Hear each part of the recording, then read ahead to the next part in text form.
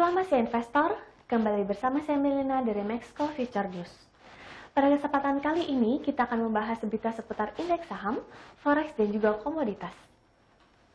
Bursa saham Amerika Serikat berakhir bervariasi pada akhir perdagangan Rabu waktu setempat atau Kamis waktu Indonesia Barat karena kemunduran yang terjadi di sektor teknologi yang membebani pasar.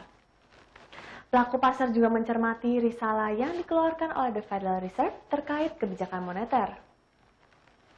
Kamis 18 Februari 2021, indeks Dow Jones Industrial Average naik sebanyak 90,27 poin atau 0,29% menjadi 31.613,02. Kemudian indeks S&P 500 turun sebanyak 1,26 poin atau 0,03% menjadi 3.931,33.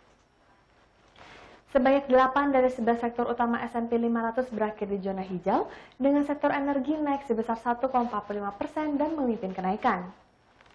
Sedangkan sektor teknologi tergelincir sebanyak 1,03% dan menjadi kelompok dengan kinerja terburuk.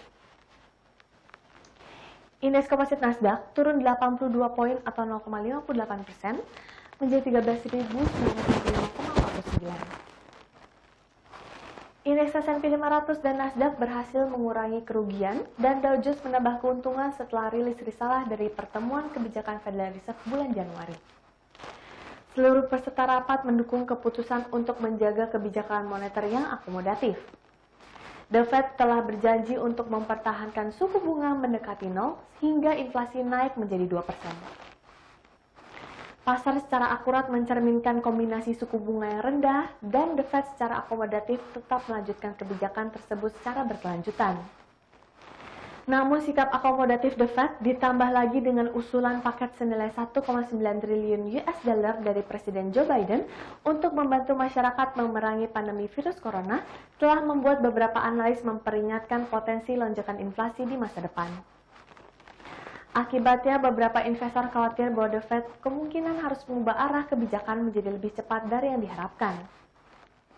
Ketakutan tersebut yang telah didukung oleh kenaikan tajam dari yield Treasury Amerika Serikat seri acuan. Hal tersebut telah berkontribusi pada penurunan pasar saham baru-baru ini dengan investor mengambil keuntungan dari saham sektor teknologi terkemuka di pasar. Beralih ke berita komoditas, harga emas kini kembali turun hingga ke bawah level $1.800 Amerika Serikat per troy ounce. Hal ini seiring dengan kenaikan imbal hasil obligasi Amerika Serikat.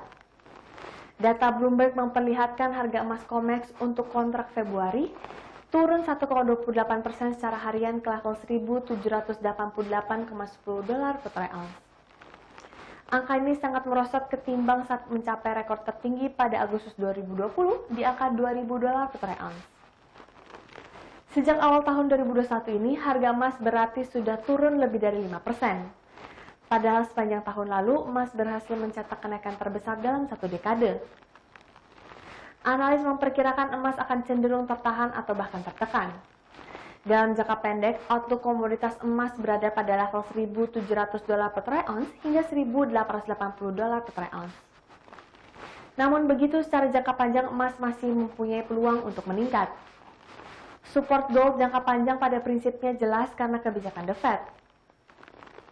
Imbal hasil obligasi Amerika Serikat yang diikuti dengan hedging komoditas naik sebagai dampak dari perbaikan perekonomian dan efek stimulus moneter.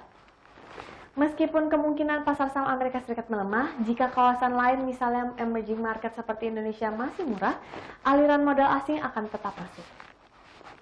Sementara itu, Morgan Stanley memperkirakan harga emas akan turun di bawah $1.800 per troy ounce pada akhir tahun ini. Emas diprediksi bergerak di rentang support 1.800 hingga $1.850 Amerika Serikat per troy ounce. Sedangkan harga minyak kembali mencetak rekor kenaikan lagi pada akhir perdagangan Rabu atau Kamis pagi waktu Indonesia Barat. Hal ini terjadi karena suhu Texas yang dingin menutup produksi di seluruh negara bagian penghasil minyak mentah terbesar Amerika Serikat dengan cuaca dingin yang tidak biasa diperkirakan akan menghambat produksi selama berhari-hari atau bahkan berminggu-minggu. Minyak mentah berjangka Brent untuk pengiriman April ditutup pada $64,34 per barrel, naik 99 sen atau 1,6%. Sementara minyak mentah berjangka West Texas Intermediate Amerika Serikat untuk pengiriman Maret menetap di $61,14 per barrel, terangkat $1,09 atau 1,8%. Kedua acuan berada di level tertinggi sejak Januari tahun lalu. Minyak telah didukung oleh pembatasan pasokan OPEC+, pemotongan pasokan tambahan Arab Saudi, dan harapan rebound permintaan karena vaksinasi COVID-19.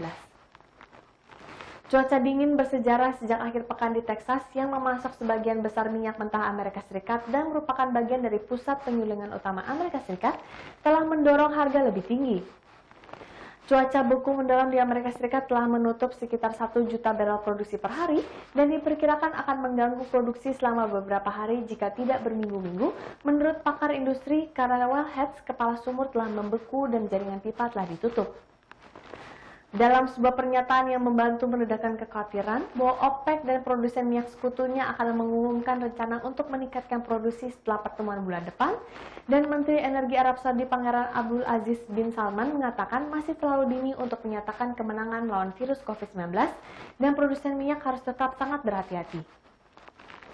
Dalam sebuah pernyataan yang membantu meredakan kekhawatiran bahwa OPEC dan produsen minyak sekutunya akan mengumumkan rencana untuk meningkatkan produksi setelah pertemuan bulan depan.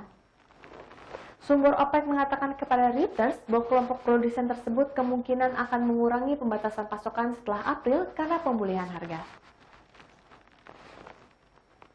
Sekian berita seputar indeks saham, forex, dan komoditas untuk hari ini. Saya Melina pamit undur diri, terima kasih dan sampai jumpa lagi.